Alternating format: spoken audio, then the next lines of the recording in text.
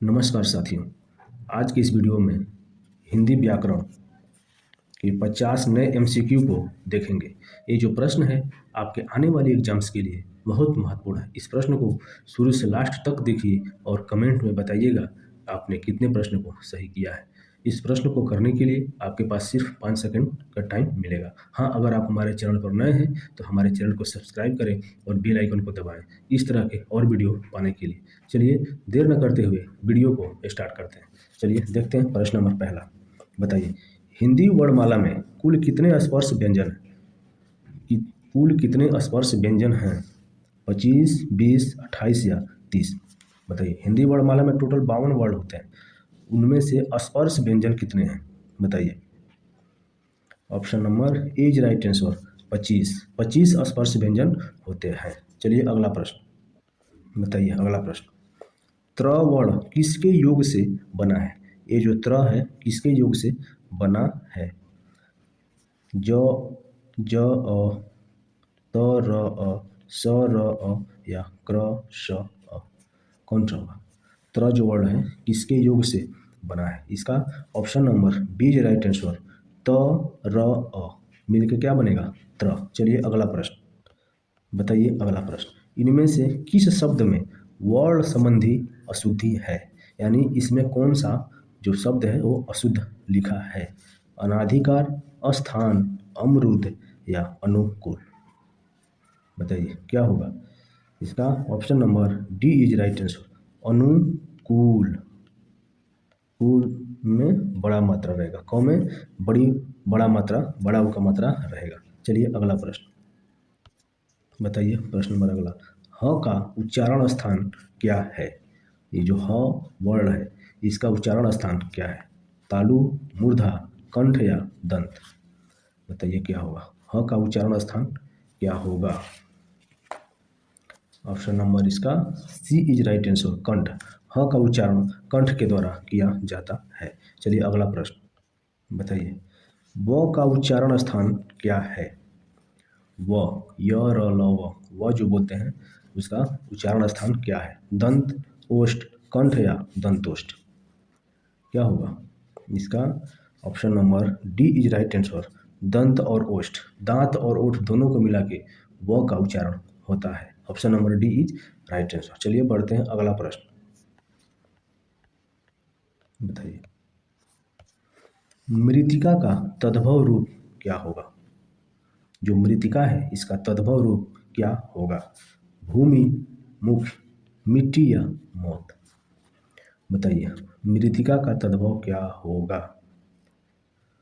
Option number C is right answer, मिट्टी। मृतिका का तद्भव मिट्टी होता है। अगला प्रश्न बताइए, सुहाग शब्द का तत्सम रूप क्या होगा? ये जो सुहाग है इसका तत्सम रूप क्या होगा? स्वामी, सौभाग्य, सुहाग या दुर्भाग्य? क्या होगा? Option number B is right answer, सौभाग्य होगा। सुहाग का तत्सम रूप सौभाग्य होगा। चलिए आगे बढ़ते हैं बताइए, निम्न में से कौन सा शब्द स्त्रीलिंग है? आप जानते हैं हिंदी में दो ही लिंग होते हैं, एक स्त्रीलिंग और पुल्लिंग। इनमें से कौन सा शब्द स्त्रीलिंग पूछ रहा है? हिमालय, नीम का पेड़, पूर्णिमा या सोना? क्या होगा बताइए? इसका option number C is right answer, पूर्णिमा। पूर्णिमा क्या होती है? रात। रात को पूर्णिमा बोला जाता है ना, तो रात जो होती है वो स्त्रीलिंग है, इसलिए पूर्णिमा भी स्त्रीलिंग है। अगला प्रश्न अब बताइए, निम्न में से कौन सा शब्द पुल्लिंग है? बताइए पुल्लिंग शब्द कौन सा है? गंगा, यमुना, हिंदी या घी? क्या होगा? पुल्लिंग शब्द क्या होगा? इसका option number D is right answer, घी। घी जो जितने भी तरल पदार्थ होते हैं वो क्या होते हैं? आपका पुल्लिंग शब्द होते हैं। गंगा, यमुना ये तो आपका नाम है, नदी का भी नाम है इसलिए वो तो स्त्रीलिंग है। हिंदी भाषा पढ़ी जाती है इसलिए ये भी स्त्रीलिंग है, यानी घी जो है आपका पुल्लिंग शब्द है। अगला प्रश्न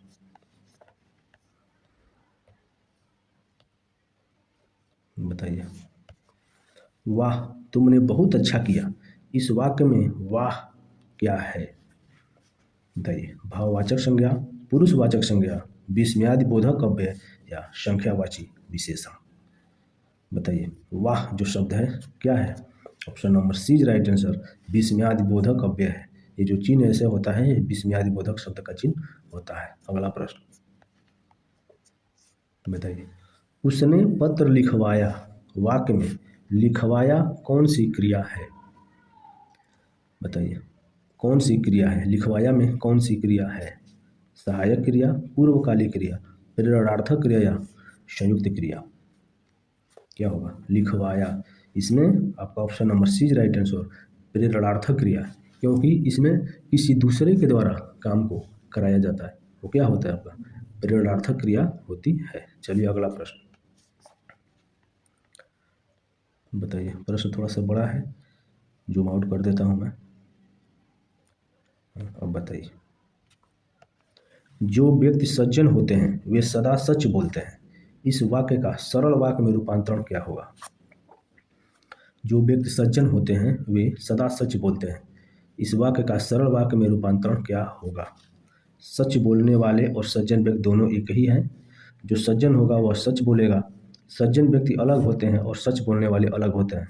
सज्जन व्यक्ति सदा सच बोलते हैं। क्या होगा? इसका option number D is right answer, सज्जन व्यक्ति सदा सच बोलते हैं। यह क्या होगा? सरल वाक्य होगा। अगला प्रश्न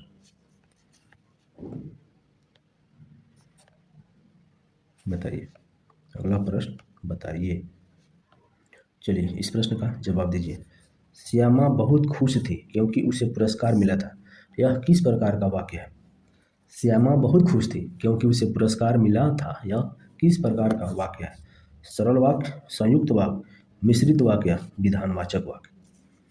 क्या होगा? Option number C is right answer, मिश्रित वाक्य। इसमें मिश्रित वाक्य है। अगला प्रश्न बताइए। पक्षी पेड़ पर बैठे हैं, इस वाक्य में पेड़ पर कौन सा कारक है? पक्षी पेड़ पर बैठे हैं, इस वाक्य में कारक कौन सा है? कर्म कारक, करण कारक, संप्रदान कारक या अधिकरण कारक? क्या होगा? पेड़ पर में यानी पानी में, पेड़ पर ये सब आता है, मेज पर ये सब जब भी आएगा उसमें अधिकरण कारक होगा। Option number D is right answer. अगला प्रश्न बताइए। से कारक चिन्ह का प्रयोग साधन के लिए किस कारक में होता है? यानी कहने का मतलब है से का प्रयोग किस कारक में होता है? अपदान कारक में, करण कारक में, संप्रदान कारक में या कर्म कारक में? किसमें होता है? आप जानते हैं कारक के 8 भेद होते हैं, टोटल 8 भेद होते हैं। इसमें आपका option number B is right answer, करण कारक होगा, क्योंकि से कर्ता ने कर्म को करण से, इसलिए option number B right answer. अगला प्रश्न बताइए। सत्संग शब्द में किस उपसर्ग का प्रयोग हुआ है? सत्संग जो शब्द है इसमें उपसर्ग बताइए। सत, सत, संग या सत? क्या होगा? सत्संग में आपका option number B is right answer, सत उपसर्ग का प्रयोग है। इसका जब संधि विच्छेद करेंगे तो सत प्लस संग, ये आपका संधि विच्छेद होगा, इनसे मिला के सत्संग बना है, इसलिए इसमें सत उपसर्ग है। Option number B is right answer. अगला प्रश्न बताइए। गायक का सही संधि विच्छेद है। गायक जो शब्द है संधि विच्छेद इसका क्या है? गा प्लस अप, गय प्लस अप, गय प्लस क या गा प्लस यक? क्या होगा? गायक का संधि विच्छेद option number B is right answer, गय धन अक। Option B right answer. चलिए अगला प्रश्न बताइए। कमल का पर्यायवाची शब्द है, ये जो कमल है इसका पर्यायवाची शब्द क्या है? पावक, जलज, अनिल या आग? क्या होगा? कमल का पर्यायवाची शब्द option number B is right answer, जलज होगा, जो जल से जन्म लेता है। क्या होता है? कमल, इसलिए उसको कमल बोलते हैं। अगला प्रश्न बताइए। जरा का विलोम शब्द क्या होता है? जरा यानी इसका बुढ़ापा। जरा मीन्स क्या होता है आपका? बुढ़ापा होता है। तो इसका विलोम शब्द क्या होगा? यौवन। Option number C is right answer. अगला प्रश्न बताइए। उन्नति शब्द का विलोम शब्द है। उन्नति का विलोम शब्द क्या है? प्रगति, अवनति, विकास या ऊपर। उन्नति शब्द का विलोम शब्द option number B is right answer, अवनति होता है। चलिए अगला प्रश्न। चलिए ये वीवीआई प्रश्न है, इसको आप ध्यान में रखिएगा। वैसे तो सारे ही प्रश्न वेरी वेरी इंपॉर्टेंट प्रश्न है, क्योंकि एग्जाम में आए हुए ही प्रश्न है और ऐसे ही प्रश्न आपके भी एग्जाम में आएंगे। तो आप बिल्कुल निश्चिंत रहिए, मैं इतने क्वेश्चन आपको करा दूंगा कि हिंदी सब्जेक्ट आपके मुंह पर याद हो जाएगी। कहीं से भी क्वेश्चन आएगा आप जरूर हल करेंगे। चलिए इसका आंसर बताइए। शुद्धवर्तनी शब्द है कवयित्री, कवित्री, कवियत्री या कवियत्री। क्या होगा?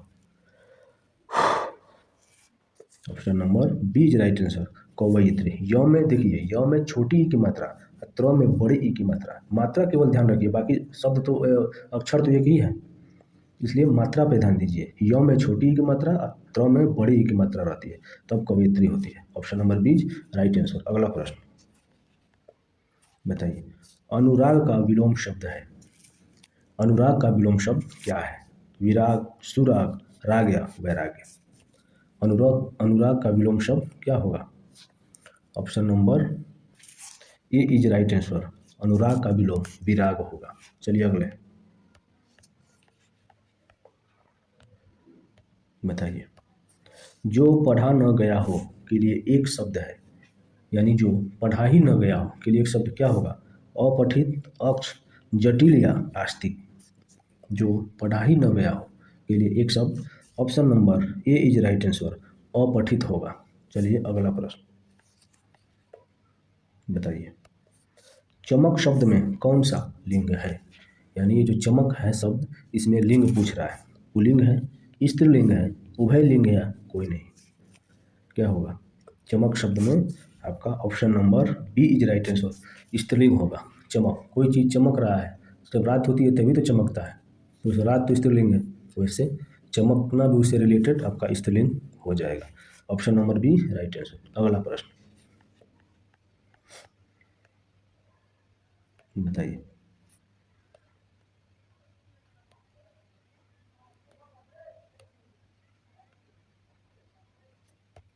बुद्धिमान शब्द में हलंत संबंधी अशुद्धियां नहीं है, यह वाक्य सही है या गलत है? आप इसका जवाब दीजिए। ये जो बुद्धिमान शब्द लिखा है, यह सही लिखा है, गलत लिखा है? केवल हाँ या यस या नो में जवाब देना है। क्या होगा? Option number A is right answer, बिल्कुल सही लिखा है, क्योंकि इसमें आप देखेंगे तो ये जो नीचे लगा हुआ है ऐसे बिल्कुल राइट है। Option number A is right answer. आगे बढ़ते हैं, प्रश्न थोड़े से बड़े हो जा रहे हैं तो थोड़ा दिखाने में दिक्कत हो रही है। चलिए अगला प्रश्न बताइए। जिस वाक्य में और तथा किंतु जैसे योजक शब्दों का प्रयोग होता है वह किस प्रकार का वाक्य है? यानी जिस वाक्य में और किंतु बीच में अगर आ जाए तो वह कौन सा वाक्य होगा? सरल वाक्य, मिश्रित वाक्य, संयुक्त वाक्य या आज्ञावाचक वाक्य। देखिए इन सब के प्रश्न में आपका option number C is right answer, संयुक्त वाक्य, संयुक्त वाक्य होगा। चलिए अगला प्रश्न, चलिए बताइए अगला प्रश्न। पूत का सही अर्थ है। पूत का सही अर्थ क्या है? पुत्र, पवित्र, दोनों या कोई नहीं। पूत का सही अर्थ क्या है?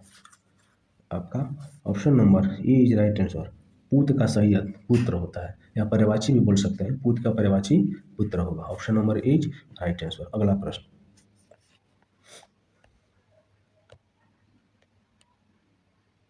बताइए।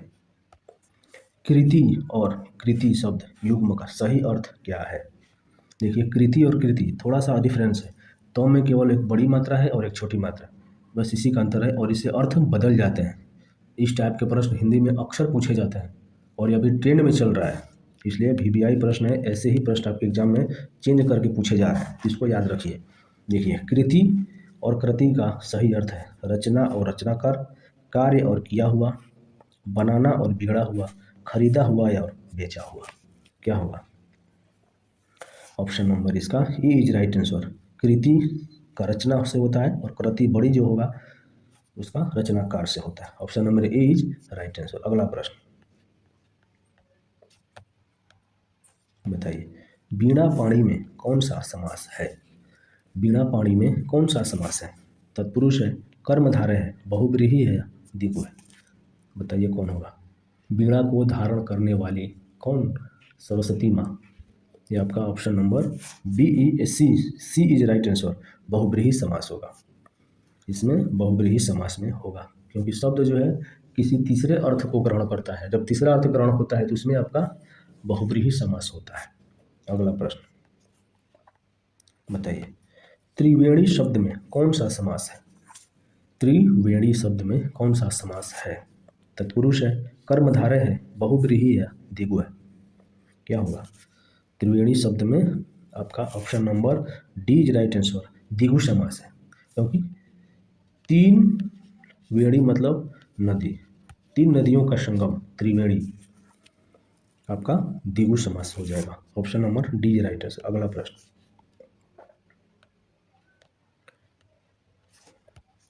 आये महंत बसंत पंक्ति में कौन सा अलंकार है? आये महंत बसंत पंक्ति में अलंकार कौन सा है? उपमा है, रूपक है, उत्प्रेक्षा है या यमक है? देखिए, अलंकार very very most important chapter होता है, किसी भी एग्जाम में इससे प्रश्न आते ही आते हैं, इसलिए इन सब प्रश्नों को आप अच्छे से लगाइए। बताइए 31 का आंसर क्या होगा? Option number B is right answer, रूपक अलंकार होगा। चलिए अगला प्रश्न बताइए, ये भी एग्जाम का वेरी वेरी मोस्ट इंपॉर्टेंट प्रश्न है। पीपर पात सरिस मंडोला में कौन सा अलंकार है? अगर आप प्रश्न को देखेंगे तो प्रश्न आपको बहुत अच्छे लगेंगे, क्योंकि ऐसे एग्जाम में प्रश्न पूछे जाते हैं। तो बताइए, पीपर पात सरिस मंडोला में कौन सा अलंकार है? यमक, रूपक, उपमा या श्लेष? क्या होगा? पीपर पात यानी पीपल के पत्ते के समान मेरा मन डोला, के समान जहां भी होगा उसमें उपमा दिया जा रहा है, यानी इसमें उपमा अलंकार होगा। Option number C is right answer. अगला प्रश्न बताइए, चरण कमल बंदो हरिराई में कौन सा अलंकार है? चरण कमल बंदो हरिराई में कौन सा अलंकार है? उपमा, रूपक, उत्प्रेक्षा या अतिशयोक्ति? क्या होगा? Option number B is right answer, रूपक अलंकार है। चलिए अगला प्रश्न, इस प्रश्न से आप सब लोग वाकिफ होंगे, कहीं ना कहीं इस प्रश्न को जरूर आप लोग देखे होंगे। कनक कनक ते सौगुनी माँ दत्ता अधिकाय, जो खाए बोराय या जो पाए बोराय में कौन सा अलंकार है? रूपक, उपमा, श्लेष या यमक? ये बहुत फेवरेट क्वेश्चन है। कनक कनक ते सौगुनी माँ दत्ता अधिकाय, जो खाए बोराय और जो पाए बोराय, इसमें आपका कौन सा अलंकार है? Option number D is right answer, यमक अलंकार है। चलिए अगला प्रश्न बताइए, अत्यधिक शब्द में प्रयुक्त उपसर्ग है? अत्यधिक शब्द में कौन सा उपसर्ग है? अत, अति या अधिक? क्या होगा? Option number C is right answer, अति। जब इसका हम संधि विच्छेद करेंगे, अति धन अधिक, इसलिए अति अधिक हो जाएगा इसका। Option number C is right answer, अति इसमें उपसर्ग है। अगला प्रश्न बताइए, चलिए अगला प्रश्न बताइए, नाविक शब्द का सही संधि विच्छेद है? ये जो नाविक शब्द है इसका सही संधि विच्छेद क्या है? ना धनविक, नौ धन ईक, नौ धन आविक या ना धन युवक? क्या होगा? इसका option number B is right answer, नौ धन ईक, नाविक। चलिए अगला प्रश्न बताइए, उच्छ्वास का सही संधि विच्छेद है?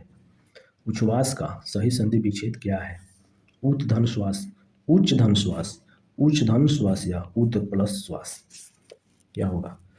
इसका option number A is right answer, उत धन श्वास होगा, उच्छ्वास। चलिए अगला प्रश्न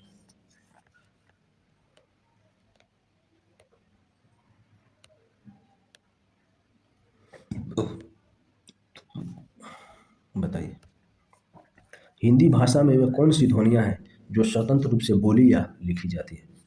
हिंदी भाषा में वह ध्वनियाँ कौन सी हैं जो स्वतंत्र रूप से बोली या लिखी जाती हैं? व्यंजन, वर्ण, अक्षर या स्वर? क्या होगा? Option number D is right answer, स्वर। स्वर को बिना किसी वर्ड के सहायता से बोला या लिखा जाता है। इसलिए option number D right answer. अगला प्रश्न बताइए। आसमान पर चढ़ना मुहावरे का अर्थ है। आसमान पर चढ़ाना मुहावरे का क्या अर्थ है? बहुत शोर मचाना, बहुत प्रशंसा करना, बहुत कठिन काम करना या अत्यधिक घमंड करना। क्या होगा? आसमान पर चढ़ाना। इसका option number B right answer, बहुत प्रशंसा करना। अगला प्रश्न बताइए। कान का कच्चा होना मुहावरे का अर्थ है। कान का कच्चा होना मुहावरे का क्या अर्थ है? कम सुनना, सुनी बात पर विश्वास करना, कान बहना या बहरा होना। क्या होगा? कान का कच्चा होना।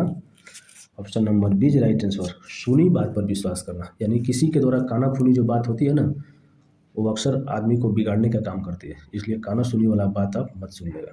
वही होता है कि आप कान के कच्चे हो जाएंगे। तो option number B right answer. अगला प्रश्न बताइए। घी के दिए जलाना मुहावरे का अर्थ है। घी के दिए जलाना मुहावरे का क्या अर्थ है? दिवाली मनाना, खुशी मनाना, अमीर होना या पूजा करना। क्या होगा? घी के दिए जलाना। आप घी के दिया कब जलाते हैं? जब आप बहुत ज़्यादा खुशी मनाते हैं, यानी खुश होते हैं। ये कहते हैं कि आज तो मैं बहुत इतना खुश हूँ, घी का दिया जलाऊंगा। इसलिए option number B right answer. अगला प्रश्न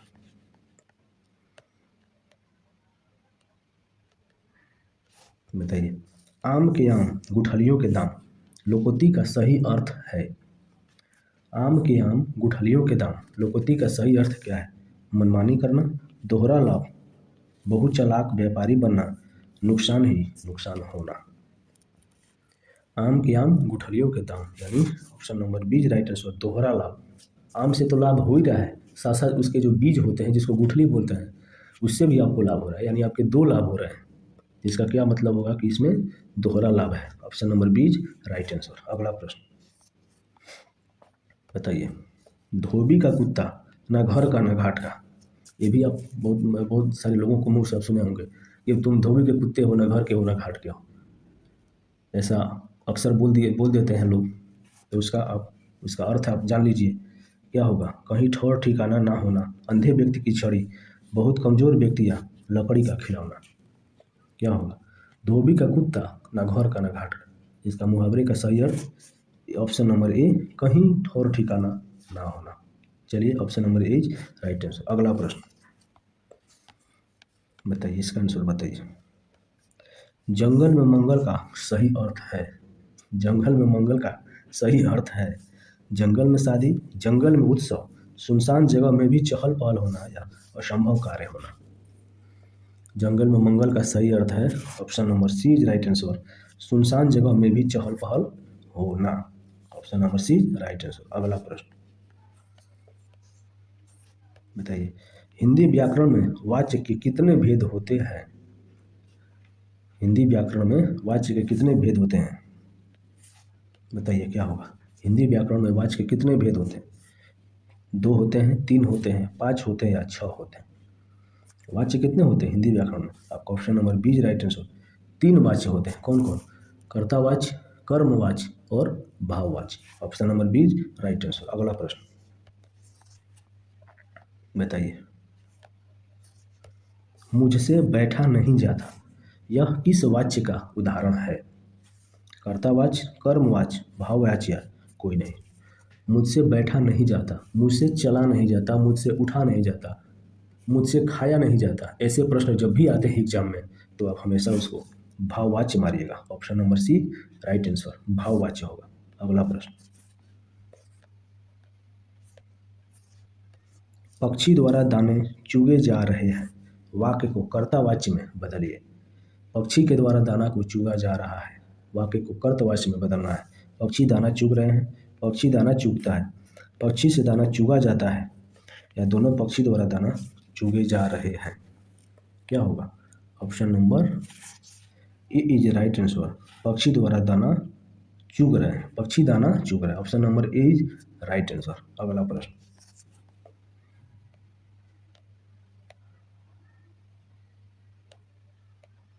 बताइए।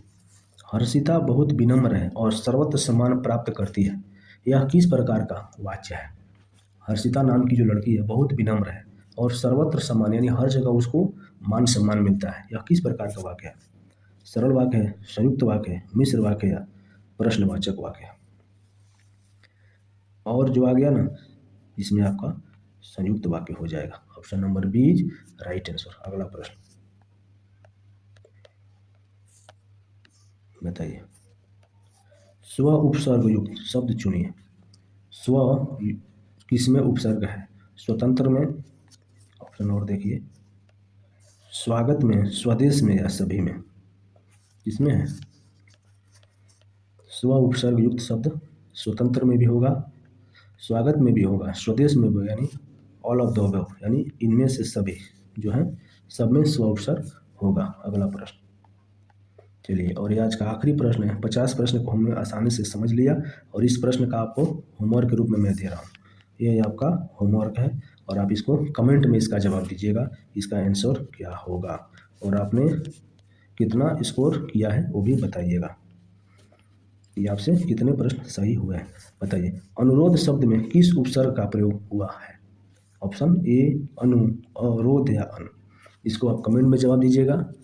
चलिए मिलते हैं इस तरह के एक नई वीडियो के साथ। तब तक के लिए अपना ख्याल रखिए। नमस्कार, जय हिंद।